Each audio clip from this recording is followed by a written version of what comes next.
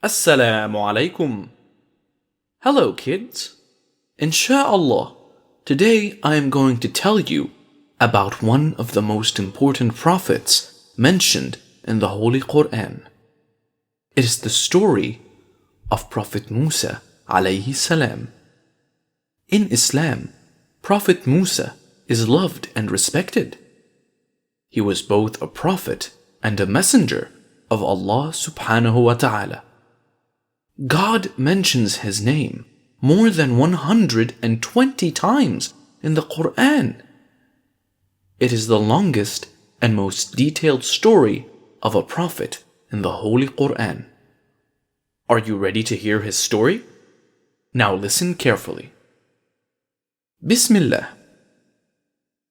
The birth of Prophet Musa alayhi salam. The descendants of Prophet Yaqub alayhi salam, who are also known as Bani Israel, migrated to Egypt. They lived for a long time happily in this country. Prophet Musa alayhi salam was born to one of the descendants of Prophet Yaqub alayhi salam. He was born in Egypt. The ruler of Egypt was the Pharaoh, and he hated the Israelites very much. One day, he sent an order to kill all baby boys born in Israelite families. The soldiers killed all the newborn boys in Egypt, and they soon arrived at the house of Musa alayhi salam. But Musa's mother escaped from the house unnoticed. She placed her baby in a wooden chest in the great Nile River. Musa alayhi salam floated in the current for a long time. And all this time, the Prophet's elder sister ran along the shores of the river, following the wooden chest. Allah subhanahu wa ta'ala guided the chest down the Nile River, and soon it floated into a small stream. The Pharaoh's wife spotted the chest and ordered her servants to bring it ashore. When Pharaoh's wife, who was taking a bath in the stream, saw the baby, she fell in love with him. She picked up the baby and showed him to the Pharaoh. "Look," she said, "here is a joy for the eye to behold. Please don't kill him. Let us adopt him as our son." The Pharaoh agreed with her, and they decided to adopt the baby. It was in this way that God made the Prophet grow up in the royal court of Egypt. By the evening, Pharaoh's wife was really upset. "Why doesn't this baby eat?" she asked her servants. "We need someone to nurse him quickly, otherwise he is going to die." The Prophet's sister, who had been following him all this while, overheard this. She came forward and spoke up. "I know a woman who can nourish the baby with good care." Pharaoh's wife was surprised to see her, but she had become very desperate by now. She agreed to her suggestion and asked her to bring the woman.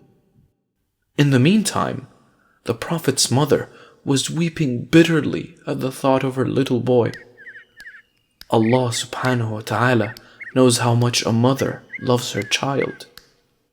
It was then that her daughter came running to her, bearing the great news. She told her that the Prophet was adopted by the royal family, and that they were looking for a nurse. She immediately left with her daughter to feed her little boy. When Pharaoh's wife saw the little boy being fed by the nurse, she was pleasantly surprised. The boy had not taken any food all day, and she was getting concerned. Little did she know that the nurse was actually his mother. It was in this way that Allah made the mother happy again. The Prophet grew up in the palace and was taught along with Pharaoh's son. He grew to become big and strong, but he was very kind and gentle to everyone. The people of Egypt loved him very much. One day, he saw a soldier beating an Israelite. The poor man kept begging everyone for help, but no one interfered. When he saw the Prophet, the poor man pleaded to help him. The Prophet was very angry when he saw this. He stepped forward and hit the soldier with such a powerful blow that he collapsed and died. When his anger subsided, he realized what a grave sin he had committed. The Prophet knew it was a sin to kill anyone until he is brought to trial and found guilty. He knelt on the ground and prayed to Allah, "O my Lord, I have indeed wronged my soul. Do you forgive me?" The Prophet then vowed never help those that sin and to be in Allah's service for the rest of his life. The next day, the Prophet was still shaken from what had happened the day before. It was then that he saw the same poor man he had helped getting beaten by another soldier. The Prophet decided to help him again, but then the soldier said something that made him stop abruptly.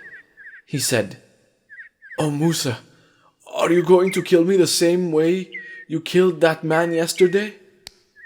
Before the Prophet could utter a word, one of his friends came running to him.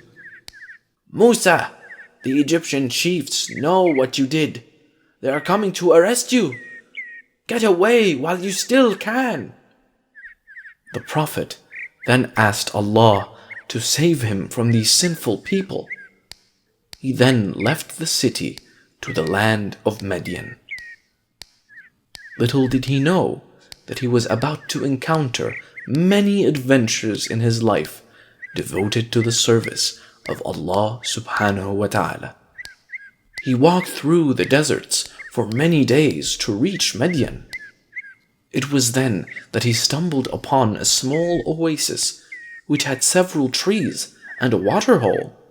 The sun was blazing hot, so he decided to get some rest. He saw some men who were letting their animals drink water from the water hole. Behind them were two young women with a tiny flock of sheep waiting for their turn.